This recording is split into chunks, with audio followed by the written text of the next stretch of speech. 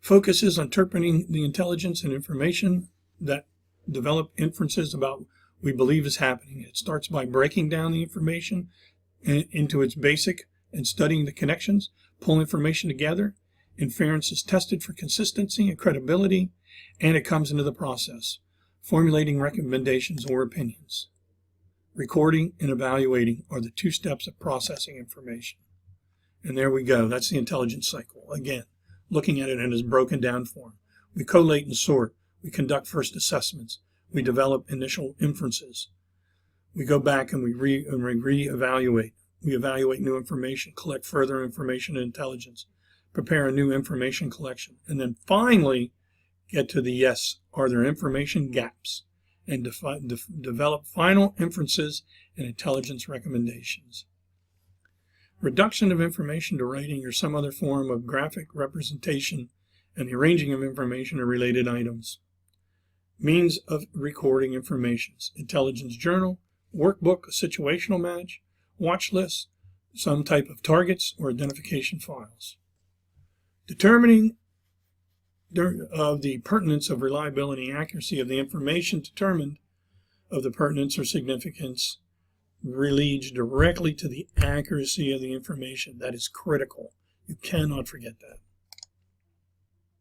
And I'm not going to read over the admirably scale. It is a grading scale for intelligence. I just want you to make aware of it. It is not in the assignment this week. It is not on the midterm, but I do want you to be aware of there is a thing called the admirably scale for grading intelligence. And it usually is a letter and a number. So right there, the reliability of source and credibility and accuracy. If it's completely reliable and it is accurate, then it's A1.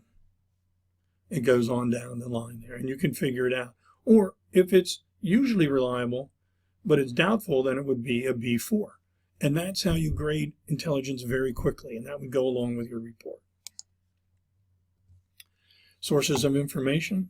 It would be a summary index, direct observation, report by penetrating agent, report by that, and there's the values that I'll show you. And it goes on, see, like A6, C5, observation by member of the populace, documentary, A1, etc. So evaluating information, where did the source or agency get the information, and why did they provide it to you?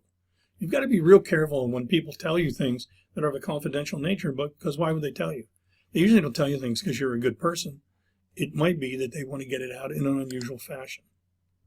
And triangulation of information, right there. Source or agency, confirm or deny on all three legs, and then source or agency down here where my face is taking up the screen. Source or agency. Dissemination, three basic ways to communicate. Excuse me. Written intelligence report, oral briefings, electronic means. Types of intelligence product: descriptive, explanatory, predictive, or estimative. What is an intelligence product? Is an information acquired by an organization which, because of its confidentiality, by means which the information was derived, may allow an organization to exploit its advantage. Different kinds of intelligence products: descriptive, no predictive or judgmental analysis; explanatory, seeks to explain; and predictive. So descriptive, explanatory, predictive. You're going to see those again, ladies and gentlemen. Look at these definitions that I would like to have within the intelligence community very carefully. Intelligence product should be comprehensive, analysts must be valid, must be timely. And important to risk assessment is the intelligence environment. Risk assessment is a technique used to introduce system into an analytical thinking about possible undesirable events. And there you go. Think about it. We do risk assessment every day. It is so critical to our well-being when we drive cars, when we talk to people, when we're at work. We do risk assessments all the time, and that's exactly what we do. You don't change lanes. If there's a car in the lane, you identified that risk. You assess the risk. Can I fit it in? Am I giving the guy behind me enough time so it doesn't hit me? Treat the risk and review.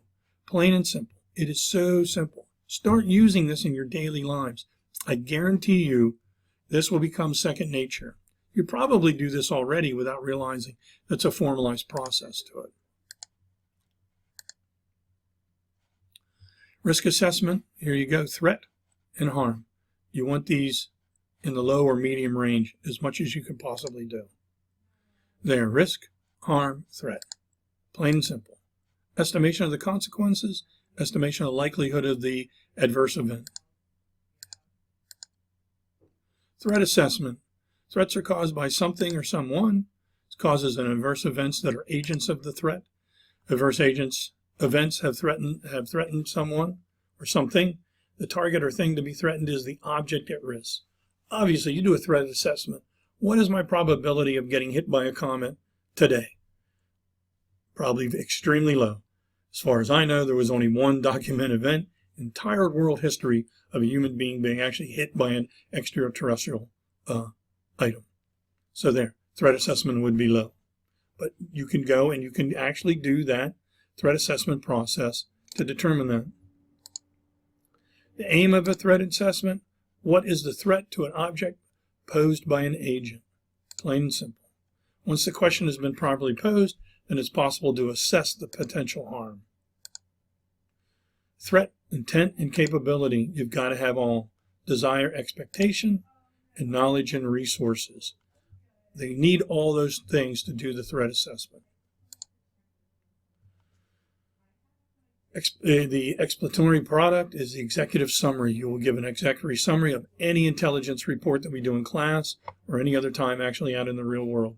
And it is just a summary that should provide the reader with critical findings and the judgments of the assessment. And there you go. Situational update must contain the general presentation of the intelligence report and a review using long and complex sentences. Analyst assessment must be brief but give the central meaning of the situational update. It is vital that the arguments being drawn within that document. Now, that is the end of this. All these items came from your textbook, chapters 1 through 6. Everything in here can be found in open source information. So I'm not telling you something that's confidential or can't be easily replicated. If you have any questions, comments, or concerns, don't hesitate to call me or send me an email, samuelmorgan@centralpenn.edu or 717-648-1631. I will do my very best to answer your questions. I hope this has been an engaging lesson. Don't forget to go back, complete your assignments, and view all the other materials there. Have a good day, and I wish you the best.